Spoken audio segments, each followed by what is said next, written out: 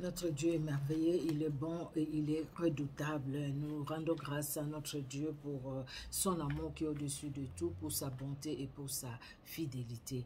Que Dieu bénisse tout un chacun bien-aimé dans le Seigneur et que Dieu bénisse ces moments que nous allons passer ensemble pour la lecture biblique. Nous allons prier.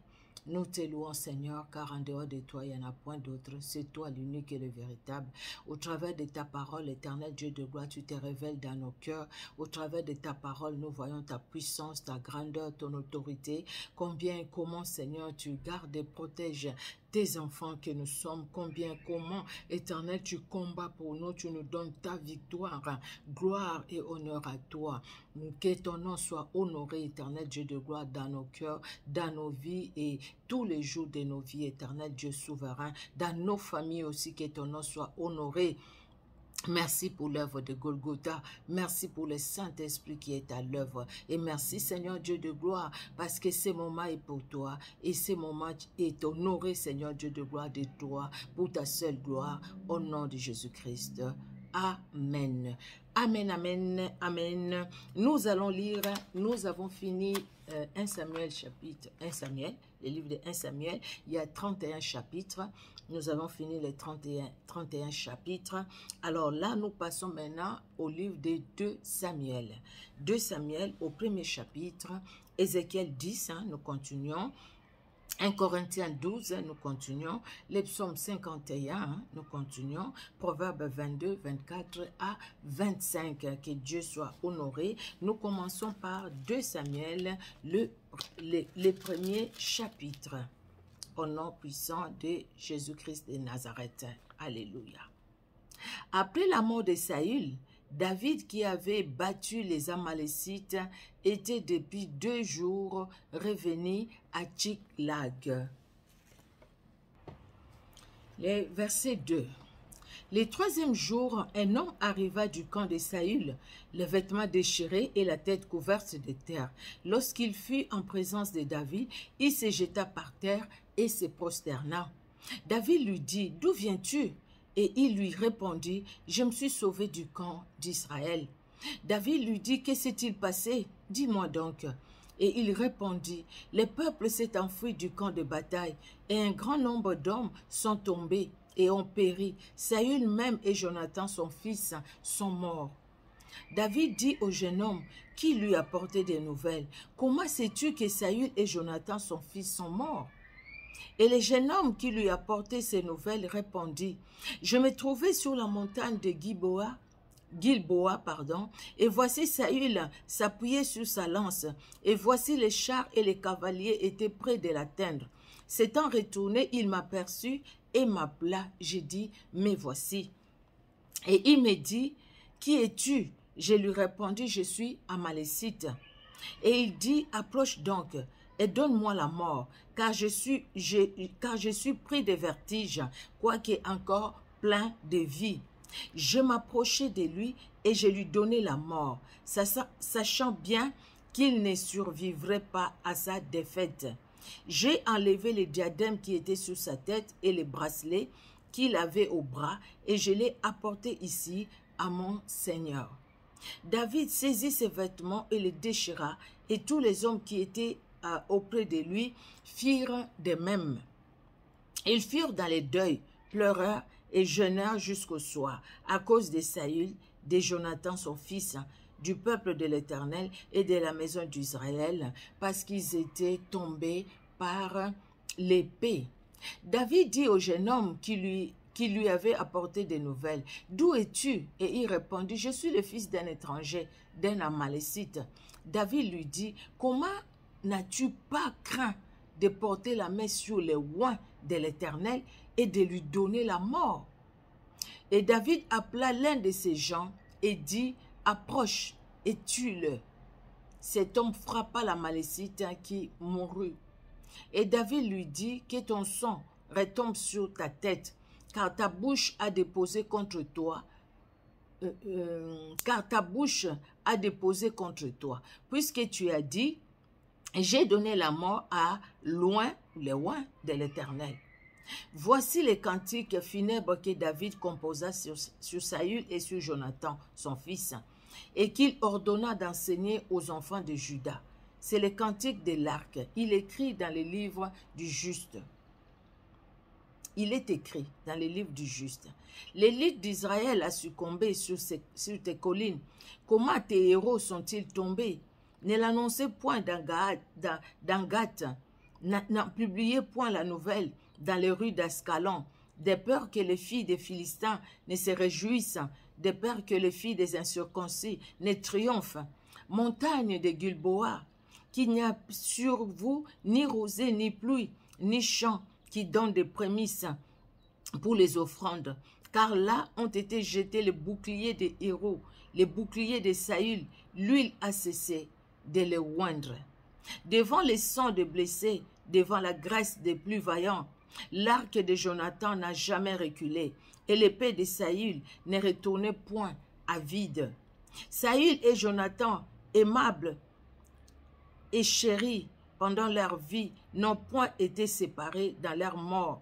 Ils étaient plus légers que les aigles, ils étaient plus forts que les lions.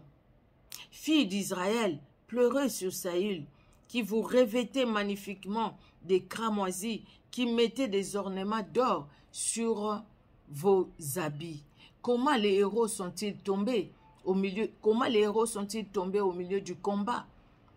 Comment Jonathan a-t-il succombé sur tes collines? Je suis dans la douleur à cause de toi, Jonathan, mon frère. Tu faisais tout mon plaisir. Ton amour pour moi était admirable, au-dessus de l'amour des femmes. Comment des héros sont-ils tombés? Comment leurs armes se sont-ils perdues? Alléluia, c'est la parole du Seigneur. Là, dans le chapitre 31 de 1 Samuel, nous avions vu comment, déjà ça a commencé vers le chapitre 28-29, quand David devrait aller combattre contre Israël avec les chefs des Philistins, avec les Philistins. Mais les princes des Philistins ne voulaient pas de David. Dieu savait, il ne voulait pas que David participe parce que David ne pouvait pas ne voulait même pas se venger. Il a laissé à Dieu la vengeance. Et voilà ici aujourd'hui. Et après, quand ils sont allés au combat, c'est dans cette guerre-là, pendant ce combat-là que Saül est mort. Il s'est jeté lui-même parce qu'il était gravement blessé. Il s'est jeté sur son épée parce que celui qui portait ses armes ne voulait pas porter la main sur lui. Et celui qui portait ses armes aussi s'est donné la mort. Regardez ce jeune homme. Il a cru peut-être que David serait dans la joie parce qu'il a appris comment Saül combattait David.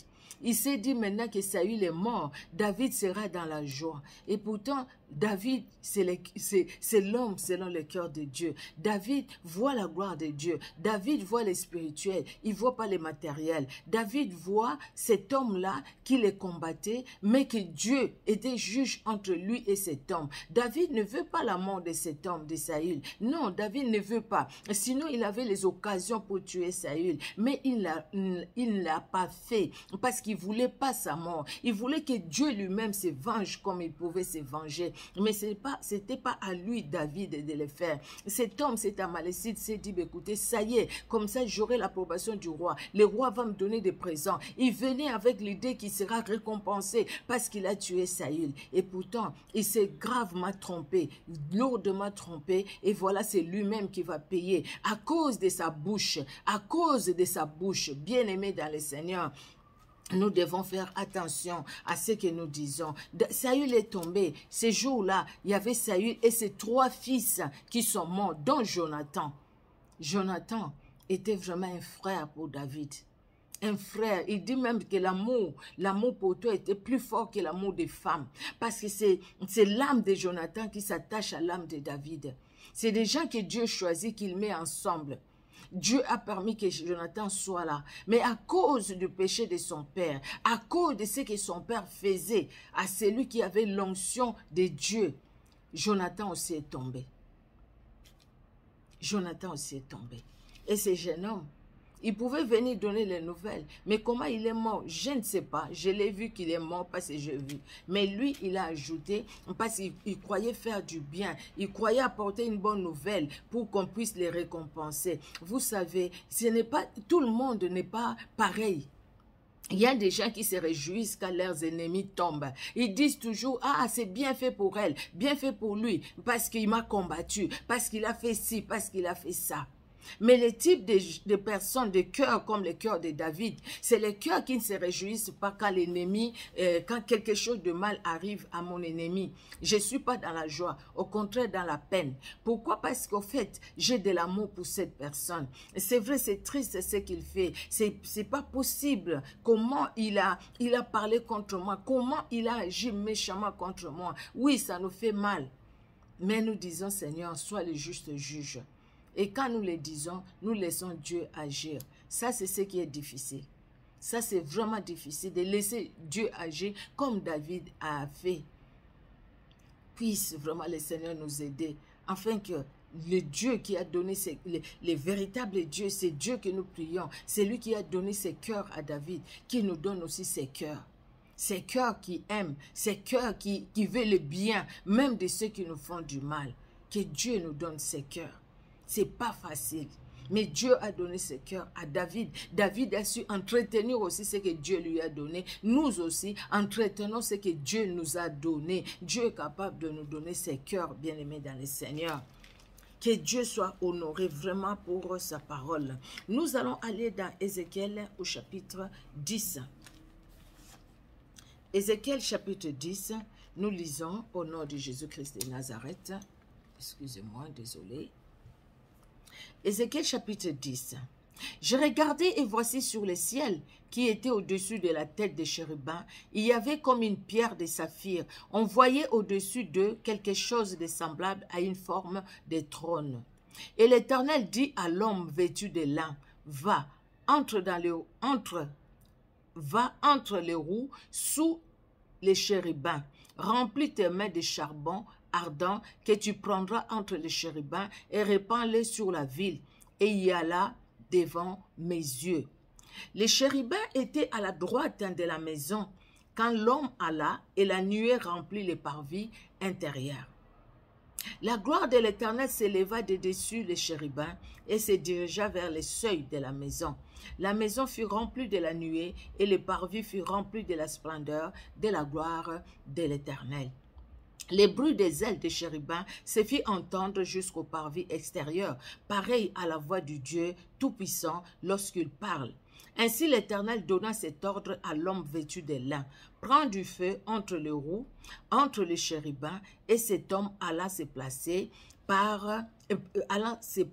près des roues. Alors un chérubin étendit la main entre les chérubins, vers le feu qui était entre les chérubins, il en prit et les mit dans les mains de l'homme vêtu de lin. Et cet homme les prit et sortit. On voyait aux chérubins une forme de main d'homme sous leurs ailes. J'ai regardé et voici, il y avait 4 roues près des chérubins, une roue près de chaque chérubin, et ces roues avaient l'aspect d'une pierre de chrysolite.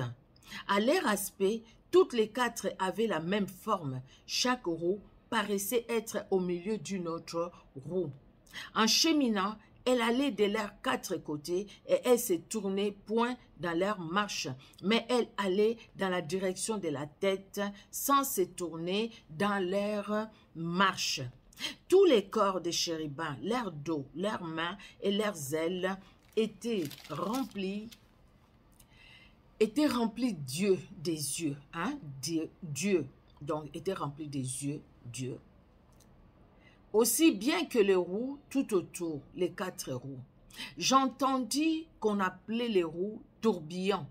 Chacun avait 4 faces. La face du premier était une face de chérubin, la face du second une face d'homme, celle du troisième une face de lion et celle du quatrième une face d'aigle.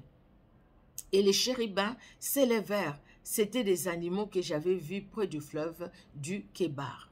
Quand les chérubins marchaient, les roues cheminaient à côté d'eux, Et quand les chérubins déployaient leurs ailes pour s'élever des terres, les roues aussi ne se détournaient point d'eux. Quand ils s'arrêtaient, elles s'arrêtaient.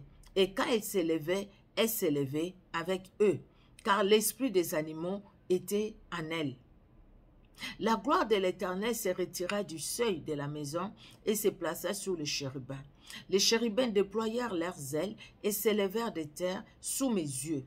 Quand il partit, accompagnés des roues, ils s'arrêtèrent à l'entrée de la porte de la maison de l'Éternel vers l'Orient, et la gloire du Dieu d'Israël était sur eux en haut. C'étaient des animaux que j'avais vus sous les dieux d'Israël. C'étaient des animaux que j'avais vus sous les dieux d'Israël près du fleuve du Kébar. Et je reconnus que c'étaient des chérubins. Chacun avait 4 faces, chacun avait 4 ailes et une forme de main d'homme était sous leurs ailes. Leurs faces étaient semblables à celles que j'avais vues près du fleuve du Kébar. C'était le même aspect, c'était eux-mêmes. Chacun marchait droit devant soi.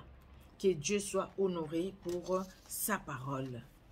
C'est vrai que le livre d'Ézéchiel, ce n'est pas facile aussi, hein, c'est comme Daniel et Apocalypse, mais le Saint-Esprit nous inspire, le Saint-Esprit nous aide toujours dans son amour. 1 Corinthiens au chapitre 12. 1 Corinthiens au chapitre 12. Pour ce qui concerne les dons spirituels, je ne veux pas, frères, que vous soyez dans l'ignorance. Vous savez que lorsque vous étiez païens, vous vous laissez entraîner vers les idoles muettes, selon que vous étiez conduits. C'est pourquoi je vous déclare que nul, s'il parle par l'Esprit de Dieu, ne dit Jésus est anathème, et que nul ne peut dire Jésus est le Seigneur si ce n'est par le Saint-Esprit. Il y a diversité de dons, mais le même Esprit. Diversité de ministères, mais le même Seigneur. Diversité d'opérations, mais le même Dieu qui opère tout en tous. Or, à chacun, la manifestation de l'Esprit est donnée pour l'utilité commune. En effet, à l'un est donné par l'Esprit une parole de sagesse, à un autre une parole de connaissance selon le même Esprit, à un autre la foi par le même Esprit, à un autre les dons de guérison par le même Esprit, à un autre les dons d'opérer des miracles, à un autre la prophétie, à un autre le discernement des esprits, à un autre la diversité des langues, à un autre l'interprétation des langues. Un seul et même esprit opère toutes ces choses, les distribuant à chacun en particulier comme il veut. Car comme le corps est un et a plusieurs membres, et comme tous les membres du corps, malgré leur nombre, ne forment qu'un seul corps, ainsi en est-il de Christ. Nous avons tous en effet été baptisés dans un seul esprit, pour former un seul corps, soit juifs, soit grecs, soit esclaves, soit libres. Nous avons tous été abreuvés d'un seul esprit. Ainsi, le corps n'est pas un seul membre, mais il est formé de plusieurs membres. Si les pieds disaient « parce que je ne suis pas une main, je ne suis pas du corps », ne serait-il pas du corps pour cela? Et si l'oreille disait « parce que je ne suis pas un œil, je ne suis pas du corps », ne serait-elle pas du corps pour cela? Si tous les corps étaient œil, où serait l'ouïe? S'il était tout ouïe, où serait l'odorat? Maintenant, Dieu a placé chacun des membres dans le corps comme il a voulu. Si tous étaient un seul membre, où serait le corps? Maintenant donc, il y a plusieurs membres et un seul corps. L'œil ne peut pas dire à la main, « Je n'ai pas besoin de toi », ni la tête dire aux pieds, « Je n'ai pas besoin de vous ». Mais bien plutôt, les membres du corps qui paraissent être les plus faibles sont nés. Excusez-moi. Je vais reprendre le verset 21. L'œil ne peut pas dire à la main, je n'ai pas besoin de toi. Ni la tête dire aux pieds, je n'ai pas besoin de vous. Mais bien plutôt, les membres du corps qui paraissent être les plus faibles sont nécessaires. Alléluia. Et ceux que nous estimons être les moins honorables du corps, nous les entourons d'un plus grand honneur. Ainsi, nos membres les moins honnêtes reçoivent le plus d'honneur. Tandis que ceux qui sont honnêtes n'en ont pas besoin. Dieu a disposé les corps de manière à donner plus d'honneur à ceux qui en manquaient, afin qu'il n'y ait pas de division dans les corps, mais que les membres aient également soin les uns des autres. Et si un membre souffre, tous les membres souffrent avec lui. Si un membre est honoré, tous les membres se réjouissent avec lui. Vous êtes les corps de Christ et vous êtes ses membres, chacun pour sa part. Et Dieu, pardon, excusez-moi, le verset 28, et Dieu a établi dans l'Église, premièrement, les apôtres, secondement, des prophètes, troisièmement, des docteurs, ensuite, ceux qui ont les dons des miracles, puis ceux qui ont les dons de guérir, de secourir, de gouverner, de parler diverses langues. Tous sont-ils apôtres? Tous sont-ils prophètes? Tous sont-ils docteurs? Tous ont-ils les dons des miracles? Tous ont-ils les dons de guérison? Tous parlent-ils en langue? Tous interprètent-ils? Aspirez aux dons les meilleurs. Et je vais encore vous montrer une voie par excellence. Amen, amen. L'unité dans le corps du Christ, c'est très important. C'est des choses de foi que nous ne voyons pas aujourd'hui. Mais Dieu est merveilleux. Le psaume 51, nous lisons, bien-aimés dans le Seigneur, au chef des chantres, psaume de David, lorsque Nathan, le prophète, vint à lui, après que David fut allé vers Bathsheba. Ô Dieu, aie pitié de moi dans ta bonté. Selon ta grande miséricorde, efface mes transgressions. Lave-moi complètement de mon iniquité et purifie-moi de mon péché. Car je reconnais mes transgressions et mon péché est constamment devant moi. Je péchais contre toi seul et je fais ce qui est mal à tes yeux, en sorte que tu seras juste dans ta sentence, sans reproche dans ton jugement.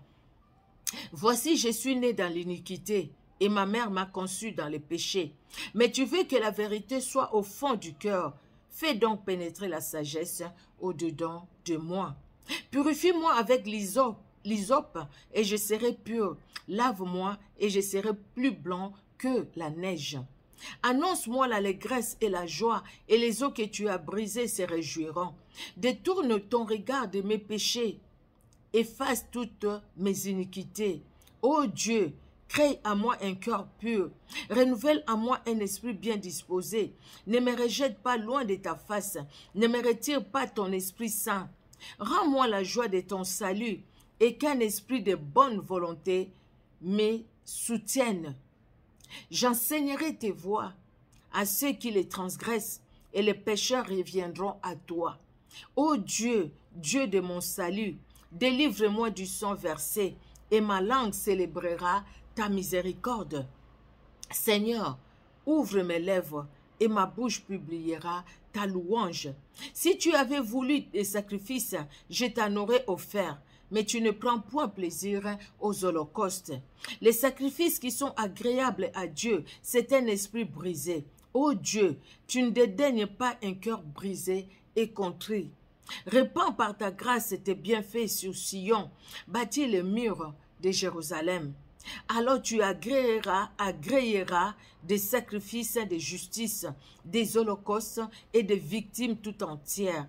Alors on offrira des taureaux sur ton autel. Alléluia, alléluia. Nous allons finir par le livre des Proverbes au chapitre 22, des versets 24 à 25. Alors, Proverbes 22, 24 à 25, nous lisons au nom de Jésus. Ne fréquente pas l'homme colère, ne va pas avec l'homme violent. Ne fréquente pas l'homme colère, ne va pas avec l'homme violent. De peur que tu ne t'habitues à ses sentiers et qu'il ne devienne un piège pour ton âme. Alléluia. Fuyons. Il y a des personnes que nous devons fuir. fuyons ces personnes-là. Vous voyez, la foi vient de ce qu'on entend et ce qu'on entend vient de la parole de Dieu. À force d'écouter la parole de Dieu, bien-aimé, même si on ne croyait pas vraiment, mais à force de l'écouter, il y a la foi qui naît en nous. Nous croyons, nous disons, la parole de Dieu a dit ça. Ça revient dans notre tête. Devant une situation, ça revient dans notre tête. Même pas tout de suite, mais après la parole de Dieu remonte dans notre cœur. Parce que nous avons entendu cette parole, peut-être plusieurs fois, parce que nous avons écouté cette parole, parce que nous avions lu cette parole, parce que nous avons médité cette parole. Alléluia. Mais à force de rester avec les gens qui disent du mal des autres ou qui font du mal, vouloir ou pas, vous allez commencer aussi à faire du mal. Les mauvaises compagnies corrompent les bonnes mœurs. Choisissons de bonnes personnes pour notre croissance chrétienne. Nous voyons dans les psaumes 51, bien-aimés dans le Seigneur, comment les cœurs, la Bible nous dit, hein, c'est quand le prophète Nathan est venu voir David, après que David est allé avec Bathsheba, et il a tué Uri, le mari de Bathsheba. Donc Bathsheba, c'est la maman de Salomon. Après, vous voyez, bien-aimés dans le Seigneur, David n'a pas repris ces péchés-là, on ne le voit plus, où il a encore tué quelqu'un parce que pour prendre sa femme. C'est arrivé une fois et David avait un cœur repentant, la repentance. David reconnaît ses fautes parce que c'est lui qui a mal agi. David ne jette pas les torts à Bathsheba pour dire c'est parce qu'elle est allée se baigner et c'est pourquoi moi je l'ai vu, mes yeux ont vu. David ne se justifie pas. David reconnaît qu'il a péché et il demande la miséricorde de Dieu. Et David prend aussi la décision de ne plus tomber dans les mêmes péchés, au contraire, d'enseigner la parole de Dieu. Donc, c'est-à-dire, s'il y a des gens peut-être qui vont sur cette voie-là, où moi, David, je suis passé, je leur dirai que cette voie-là conduit à la perdition. Je leur dirai que cette voie-là n'honore pas Dieu. Je leur dirai que cette voie-là n'est pas une bonne voie. Vous voyez, bien-aimés, la repentance, c'est ce que le Seigneur nous demande. Combien de fois nous disons, Seigneur, pardonne-moi parce que j'ai mal fait, et puis demain on reprend le même péché. Le Seigneur voit nos cœurs. Et si vraiment nous voulons abandonner, ou juste, bon, je demande pardon pour bien dormir. Ou juste, bon, je demande pardon parce qu'il faut demander pardon. Ne demandons pas pardon parce qu'il faut demander pardon. Demandez pardon pour se repentir. C'est-à-dire, tourner le dos au péché que nous avions fait. Nous demandons toujours la grâce de Dieu parce que nous avons des faiblesses. Demandons toujours la grâce de Dieu. Et la grâce de Dieu est toujours là, toujours et toujours dans nos vies. Amen, amen. Tout à l'heure, je l'avais dit, juste quand j'ai lu 2 Samuel, le premier chapitre, c'est ce jeune homme amalécite qui vient annoncer la mort de Saül et de Jonathan à David. La façon dont il présente cette histoire, il se présente comme si c'est lui le héros. C'est lui qui a tué Saül pour faire plaisir à David, mais ce n'était pas pour faire plaisir à David. Il s'est condamné lui-même par ses paroles. C'est pourquoi, bien-aimés, veillons à ce que nous écoutons, veillons à ce que, aux personnes qui nous entourent, veillons à ça, même dans le milieu du travail. Tu peux être au travail, tu parles avec tout le monde, mais tu n'as pas des amis. Si ce n'est pas des chrétiens, si ce n'est pas des chrétiennes, mais tu parles bien avec eux, mais tu n'as pas des amis. Parce qu'un ami, c'est-à-dire que vous partagez quoi avec ces personnes-là qui ne connaissent pas le Seigneur. Ce que son mari a fait, ce que son mari a acheté, ce que son mari a dit, les disputes qu'elle a eues avec son mari à la maison, ce que ses enfants lui ont fait, ce que les enfants ont dit. Et toi aussi, aujourd'hui tu vas écouter, demain tu vas écouter, après demain toi aussi tu vas parler. Tu vas parler exactement de ce qu'elle parle, tu vas parler. Alors pour éviter ces choses-là, parce que la parole, notre propre parole nous condamne, notre propre parole nous bénit, et notre propre parole peut nous maudire, notre propre parole peut nous condamner, notre propre parole aussi peut nous libérer. Faisons attention, bien-aimés dans le Seigneur. Regardons à Jésus-Christ de Nazareth, qui est notre Dieu, et ayons ces cœurs-là qui pardonnent, ayons les cœurs qui cherchent d'abord, premièrement, les royaumes des dieux. Alléluia. Et le reste, le Seigneur s'en occupera. Ainsi, nous allons avoir la sagesse que nous manquons. Nous allons en avoir par le Saint-Esprit au travers de la parole de Dieu. Amen, amen. Que Dieu vous bénisse. Vous qui suivez sur Facebook et vous qui suivez sur YouTube, la même vidéo est partagée sur Facebook et sur YouTube. Que Dieu vous bénisse et que Dieu bénisse aussi chacune de nos familles, chaque membre de nos familles, chacune de nos familles aussi. Donc voilà, j'ai bien dit. Que Dieu nous bénisse, nous prions.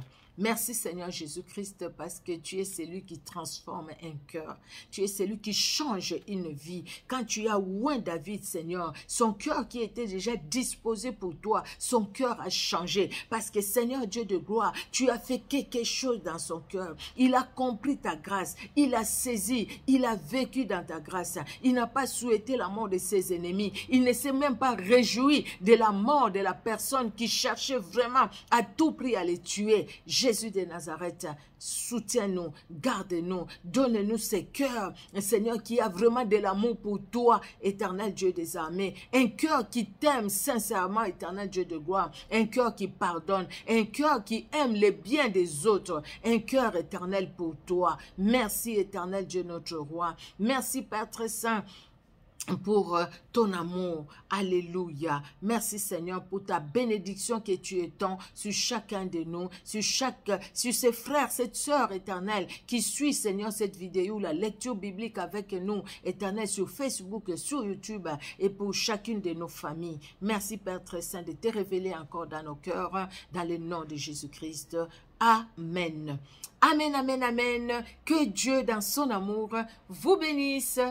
Alléluia, soyez bénis, au revoir.